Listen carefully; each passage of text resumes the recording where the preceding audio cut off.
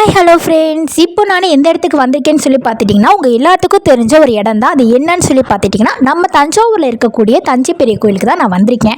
So இந்த தஞ்சை பெரிய கோயிலை பற்றி தெரியாதவங்க யாருமே இருக்க மாட்டாங்க.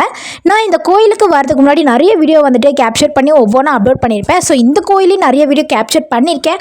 அந்த வீடியோவும் நான் ஒன் பையாக நான் வந்துட்டு அப்லோட் பண்ணுறேன். நீங்கள் என்னுடைய சேனலை மறக்காமல் சப்ஸ்கிரைப் பண்ணிக்கோங்க. இந்த வீடியோ பிடிச்சிருந்தா மறக்காமல் லைக் அண்ட் கமெண்ட் பண்ணிக்கோங்க. இந்த கோயிலை பற்றி உங்களுக்கு நிறைய விஷயம் தெரிஞ்சிருந்தா மறக்காமல் கமெண்ட்லேயே ஷேர் பண்ணுங்கள்.